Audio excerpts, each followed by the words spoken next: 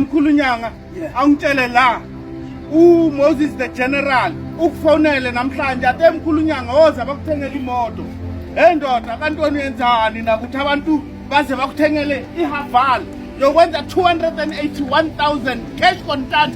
Awutshele laba abanye angazi wenza kanjani but mina bathi ze ngikunike lathi ngiyakunika. Kodwa cabanga lo nyaka unyaka engisebenzile ngiselapha. Lo muntu ongithengelile ayi noma angimazi ngisathukile ngizozwa ngawe nengicela ngabe ubani. Should ukuphila kwami nangendlela engisebenza ngayo nangendlela engibahlonipha ngayo abantu ku-social media nanokuyindisela umuntu nakumenzela into nangothanda umuntu nangabeza kumina. Kuye kube into yokuqala ukuhlonipha lo muntu oza kumina ongena ngaphakathi ezodinga ngasebenzisa ukuhlakanipha kodwa ngibonga kakhulu ungakangitsheli kodwa ngifisa ukwazi ubani ngoba iyangithusa le nto.